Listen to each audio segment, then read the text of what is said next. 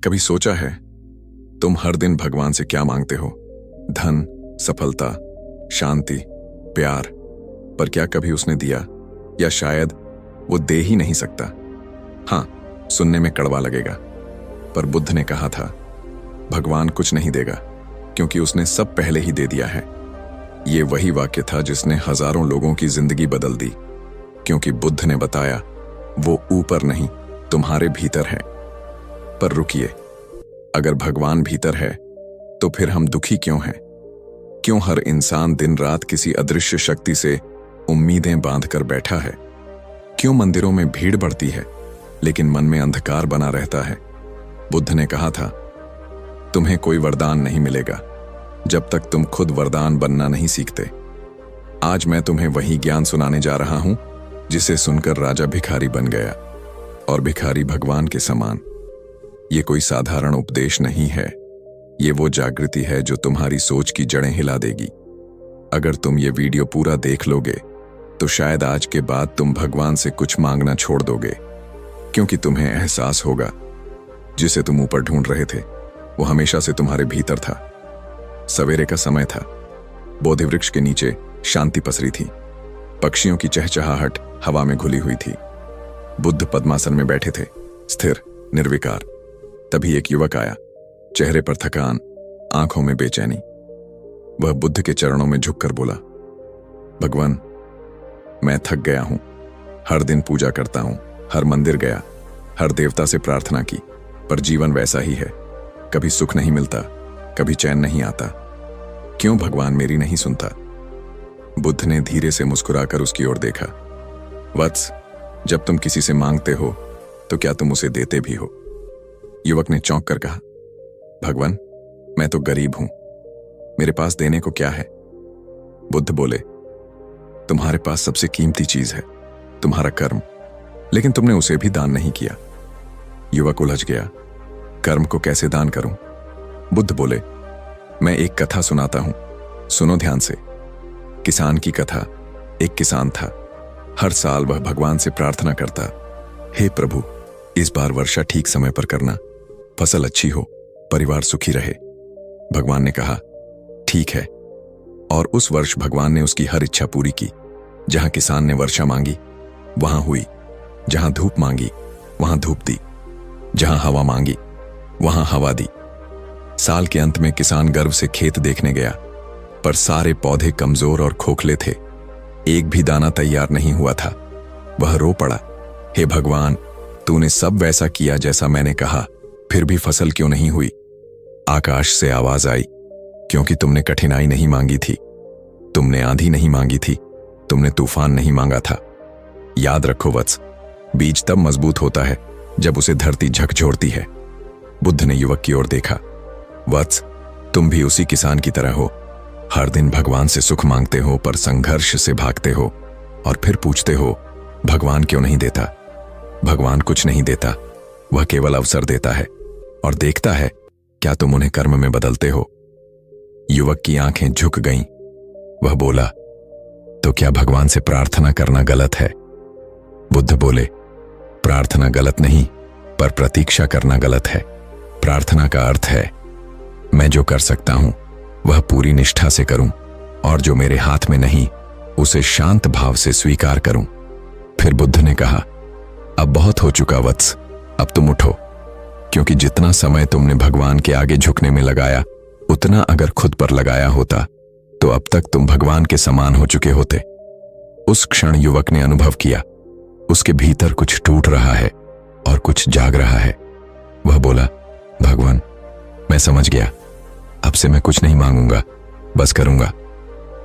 बुद्ध मुस्कुराए, यही धर्म है वत्स, भगवान तक पहुंचने का एक ही मार्ग है, कर्म। सुबह की पहली किरणें बोधि वृक्ष की पत्तियों से छनकर धरती पर गिर रही थीं। बुद्ध शांत बैठे थे, उनके चारों ओर कुछ भिक्षु और शिष्य ध्यान में लीन थे। वही युवक जो कल आया था आज फिर उपस्थित हुआ। उसकी आंखों में अब एक अलग चमक थी, पर मन में अभी भी कई प्रश्न थे। उसने झुककर कहा, भगवान, आपने कहा कि भगवान कुछ नहीं देता, मनुष्य अपने कर्म से ही सब रचता है, पर क्या वास्तव में हम अपनी नियति बदल सकते हैं? क्या सब पहले से तय नहीं होता? धीरे से आंखें खोली, मुस्कुराए और बोले, वत्स, अगर सब तय होता तो फिर ज्ञान का अस्तित्व क्यों होता। फिर बोले, सुनो, मैं तुम्हें एक कथा सुनाता हूं, पत्थर और मूर्तिकार की। पत्थर और मूर्तिकार। एक बार एक गांव के बाहर बड़ा सा पत्थर पड़ा था। लोग रोज उसके पास से गुजरते, कभी कोई पैर से ठोकर मारता, कभी कोई उसे रास्ते से हटाने की बात करता। वो पत्थर सोचता, क्यों मुझे किसी काम का नहीं समझा जाता। मैं भी तो उसी धरती से आया हूं जिससे वे सब आए हैं। एक दिन एक मूर्तिकार वहां से गुजरा। उसने पत्थर को ध्यान से देखा और बोला, तू सुंदर बनेगा। पत्थर ने हैरानी से पूछा, मैं तो कठोर और बेढप हूं, सब मुझ पर पैर रखकर चलते हैं। मूर्तिकार मुस्कुराया, यही तो तेरा सौभाग्य है, तेरी कठोरता ही तेरा सौंदर्य बनेगी। और उसने छेनी हथौड़ा उठाया और उस पर वार करने लगा। पहला वार पड़ा, पत्थर चिल्ला उठा, आह, तू मुझे क्यों तोड़ रहा है। मूर्तिकार शांत रहा, बस कहता गया, सहन कर, तू अभी पत्थर है, पर जब घाव पूरे हो जाएंगे तू भगवान का रूप बन जाएगा। दिन बीतते गए, वार पर वार पड़ते रहे। पत्थर रोता, तिलमिलाता, पर हर वार के साथ उसका आकार बदलता गया। धीरे धीरे वही पत्थर भगवान की मूर्ति बन गया, जिस पर अब लोग फूल चढ़ाते, दीप जलाते और नमन करते। और एक दिन जब कोई उसके सामने सिर झुकाया तो उस मूर्ति ने भीतर ही भीतर कहा, काश मैंने तब दर्द से भाग लिया होता तो शायद आज मैं भीड़ के पैरों तले पड़ा होता। बुद्ध बोले, वत्स, यही है मनुष्य का मार्ग। भगवान तुम्हें मूर्ति नहीं बनाता, वह तुम्हें पत्थर बनाकर छोड़ता है। बाकी तुम्हारे कर्म तय करते हैं, क्या तुम ठोकर खाओगे या पूजे जाओगे। युवक ने गहरी सांस ली, तो भगवान, दुख भी जरूरी है। बुद्ध मुस्कुराए, दुख ही तराशने वाला है। जिसने दुख से भाग लिया उसने अपने ईश्वरत्व को अधूरा छोड़ दिया। याद रखो, भगवान तुम्हें वरदान नहीं देता बल्कि अवसर देता है खुद को जानने का। युवक ने सिर झुका लिया। अब समझ आया भगवान देना नहीं चाहता, वो चाहता है कि हम बने। बुद्ध बोले, सही कहा वत्स, जब तुम उठते हो, जब मेहनत करते हो, जब दौड़ते हो अपने सत्य की ओर, तब भगवान मुस्कुराता है और कहता है, अब वह चल पड़ा है जो खुद भगवान बन सकता है।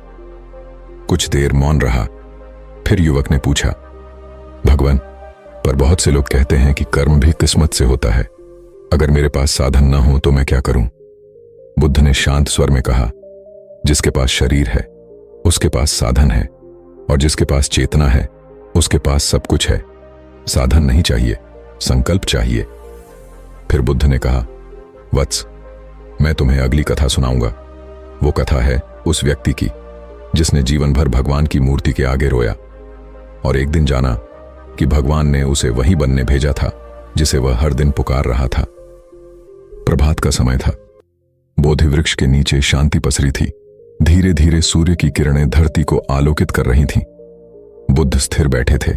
वहीं कल वाला युवक आज फिर आया। अब उसकी आंखों में थोड़ी समझ थी, पर मन में एक नई जिज्ञासा। उसने कहा, भगवान, मैंने समझा कि भगवान कुछ नहीं देता, मनुष्य को खुद ही बनना होता है। पर एक बात अब भी नहीं समझी, हम सब प्रार्थना क्यों करते हैं? क्या भगवान सुनता भी है? बुद्ध ने शांत स्वर में कहा, वत्स, भगवान सुनता है, पर वह शब्द नहीं सुनता, वह भाव सुनता है। और भाव तभी जागता है जब तुम सिर्फ मांगते नहीं बल्कि देना भी जानते हो। युवक बोला, देना? पर अगर मेरे पास कुछ है ही नहीं तो मैं क्या दूं? बुद्ध मुस्कुराए, मैं एक कथा सुनाता हूं वत्स। भीख मांगता भक्त। भीख मांगता भक्त। कभी एक नगर में एक भक्त रहता था। वह हर सुबह मंदिर जाता, घंटों भगवान के आगे झुकता और रोता, हे प्रभु, मुझे धन दो, सुख दो, शांति दो, घर दो, परिवार दो। दिन बीतते गए, साल बीत गए, पर भगवान ने कुछ नहीं दिया। वह निराश होकर बोला, शायद भगवान नहीं है, या है तो मुझे नहीं चाहता। एक दिन उसी नगर में एक वृद्ध भिक्षु आया। भक्त ने उसे देखा और बोला, महात्मन, तुमने शायद भगवान को देखा होगा, कृपा कर मुझे बताओ, वो मेरी सुनता क्यों नहीं? भिक्षु मुस्कुराया, भगवान तुम्हारी सुनता है वत्स, पर तुम्हारी आवाज बहुत भीड़ में खो जाती है। भक्त बोला, भीड़? कैसी भीड़? भिक्षु बोला, तुम्हारे चाहने की भीड़। हर कोई चाहता है पर कोई देता नहीं। भगवान चाहता है कि तुम भी कभी उसके समान बनो, देने वाले बनो। भक्त हैरान था। मैं क्या दे सकता हूं? भिक्षु ने कहा, जो तुम्हारे पास है, थोड़ा समय, थोड़ा श्रम, थोड़ा प्रेम। और फिर चला गया। उस दिन के बाद भक्त ने मंदिर जाना बंद कर दिया। अब वह रोज मंदिर के बाहर बैठे भिखारियों को खाना बांटने लगा। कभी बीमार को पानी पिलाता, कभी किसी के बच्चे को सहलाता। धीरे धीरे उसके भीतर कुछ बदलने लगा। पहली बार उसे लगा कि जब वो देता है तो उसका मन हल्का होता है, और जब वो मांगता था तो मन भारी हो जाता था। कई महीने बाद जब वह फिर मंदिर गया तो पहली बार उसकी प्रार्थना बदल गई।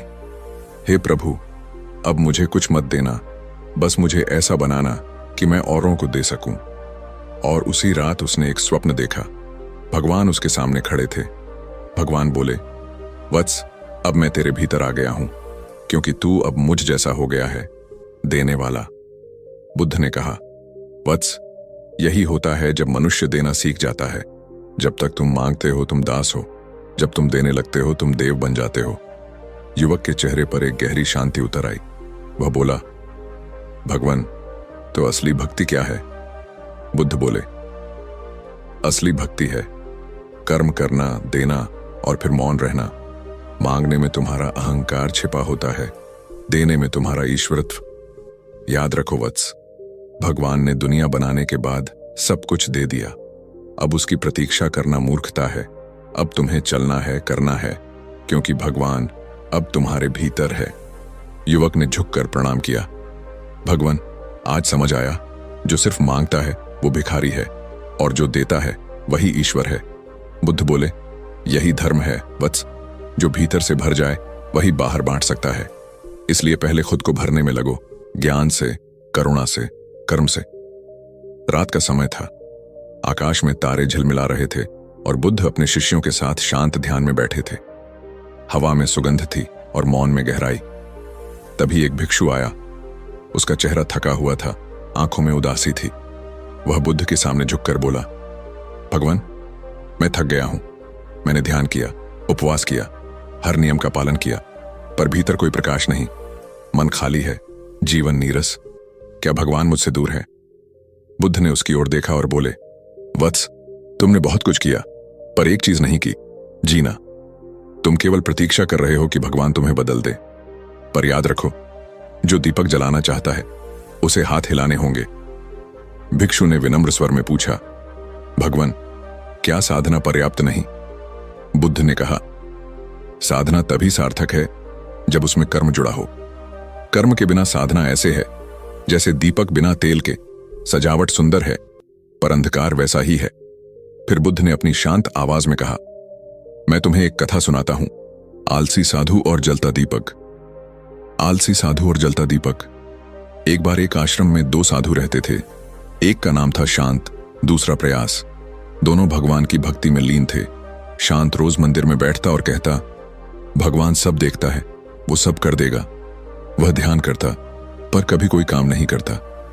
आश्रम की मरम्मत बाकी रहती, भोजन की व्यवस्था अधूरी रहती, फिर भी वह कहता, जब समय आएगा भगवान सब करा देगा। दूसरी ओर प्रयास हर सुबह उठकर झाड़ू लगाता, जल लाता, बीज बोता, भिक्षा में जो मिले उसे दूसरों से बांटता। रात को वही दीपक जलाता और कहता, भगवान मेरा साक्षी है, पर हाथ मेरे काम के। सालों बीत गए। एक दिन भयंकर आंधी आई। आश्रम का छप्पर उड़ गया, दीवारें टूटने लगीं। शांत ने आंखें बंद कर लीं। भगवान रक्षा करेगा। प्रयास दौड़ा, बांस बांधा, कपड़ा लगाया और दीपक बचा लिया। सुबह जब आंधी थमी तो शांत के कमरे में अंधकार था और प्रयास के कमरे में दीपक जल रहा था। भगवान की मूर्ति के सामने जब वे दोनों पहुंचे तो मूर्ति के पास से एक आवाज आई, मैं उसी में जलता हूं जो खुद जलना चाहता है। बुद्ध ने कथा समाप्त की और बोले, वत्स, यही संसार का नियम है। भगवान उन पर कृपा करता है जो खुद को कर्म में जलाते हैं।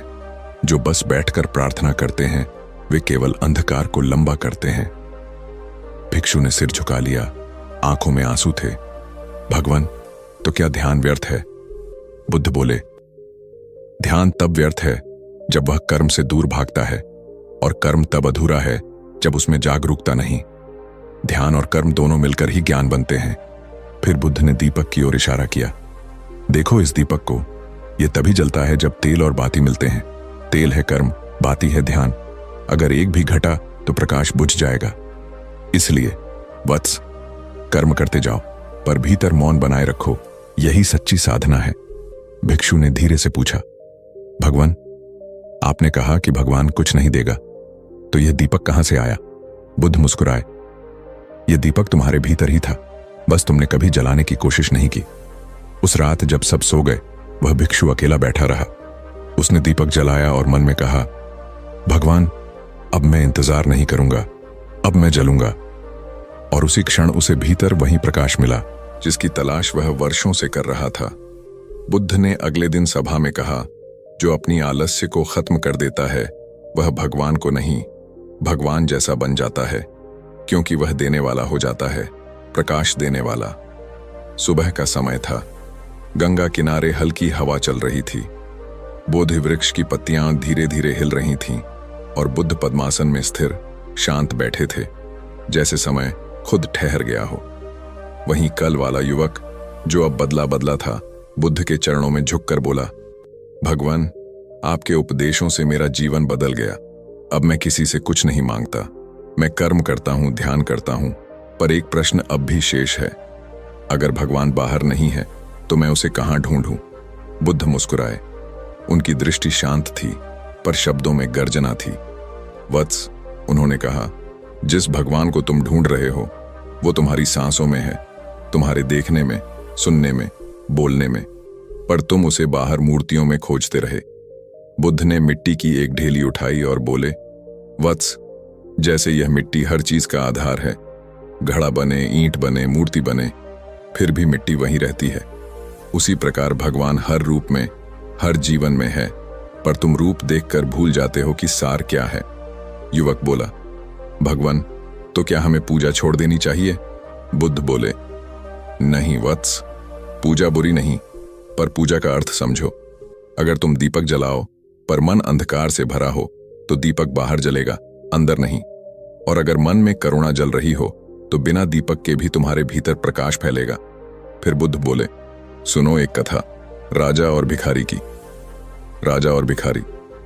एक राजा था, बहुत अमीर पर बहुत दुखी। वह रोज महल के बाहर बैठे एक भिखारी को देखता था जो मुस्कुराता रहता था। एक दिन राजा बोला, अरे, तेरे पास कुछ नहीं, फिर भी तू इतना प्रसन्न कैसे? भिखारी ने कहा, क्योंकि मैं कुछ चाहता नहीं और तू दुखी है क्योंकि तुझे सब चाहिए। राजा ने क्रोधित होकर पूछा, क्या तुझे नहीं लगता कि भगवान ने तेरे साथ अन्याय किया? भिखारी हंसा, भगवान ने मुझे सबसे बड़ा उपहार दिया, संतोष, और जिसने संतोष पा लिया उसने भगवान को पा लिया। बुद्ध ने कहा, वत्स, यही है सत्य। जिसे संतोष आ गया, जिसने कर्तव्य में आनंद पा लिया, वो अब भगवान को ढूंढता नहीं, क्योंकि वही भगवान बन चुका है। फिर बुद्ध ने अपनी उंगली आकाश की ओर उठाई और बोले, मनुष्य की सबसे बड़ी भूल यह है कि वह ऊपर देखता है, बाहर खोजता है, जबकि भगवान नीचे है, धरती पर, उसी में जो किसान हल चला रहा है, उसी में जो मां अपने बच्चे को खिला रही है, उसी में जो सच्चे मन से काम कर रहा है। जो कर्म करता है वही ईश्वर का दूत है। युवक ने आंसुओं में डूबे स्वर में पूछा, भगवान, तो क्या भगवान तक पहुंचने का कोई मार्ग है? बुद्ध बोले, हां वत्स, पर वह मार्ग किसी मंदिर की सीढ़ियों पर नहीं, वह तुम्हारे अपने भीतर है। वह शुरू होता है जब तुम शिकायत छोड़ते हो, जब तुम कर्म शुरू करते हो, जब तुम दूसरों को दुखी देखकर मौन नहीं रहते, जब तुम देना शुरू करते हो। वही क्षण है जब तुम भगवान की ओर नहीं, भगवान बनकर चलना शुरू करते हो। बुद्ध के शब्दों के साथ मौन छा गया। हवा स्थिर हो गई, पत्ते थम गए, सब कुछ जैसे रुक गया, सिर्फ चेतना बह रही थी। युवक ने झुककर कहा, भगवान, अब समझ गया, भगवान कुछ नहीं देगा क्योंकि उसने सब पहले ही दे दिया है मुझे। बुद्ध मुस्कुराए, वत्स, अब तुम समझ गए हो, अब भगवान को ढूंढना बंद करो, अब तुम भगवान का अनुभव करो, हर कर्म, हर सांस, हर क्षण में। और उस दिन जब युवक वहां से लौटा तो वह पहले जैसा मनुष्य नहीं था। वह भीतर से जाग चुका था। अब उसके लिए हर सूर्योदय, हर कार्य, हर श्वास प्रार्थना थी। बुद्ध का अंतिम वचन, भगवान कोई रूप नहीं, वह चेतना है, जो तब जागती है जब मनुष्य यह कहता है, अब बहुत हो चुका, अब मैं उठूंगा, मेहनत करूंगा, भागूंगा, क्योंकि भगवान मुझ में ही है।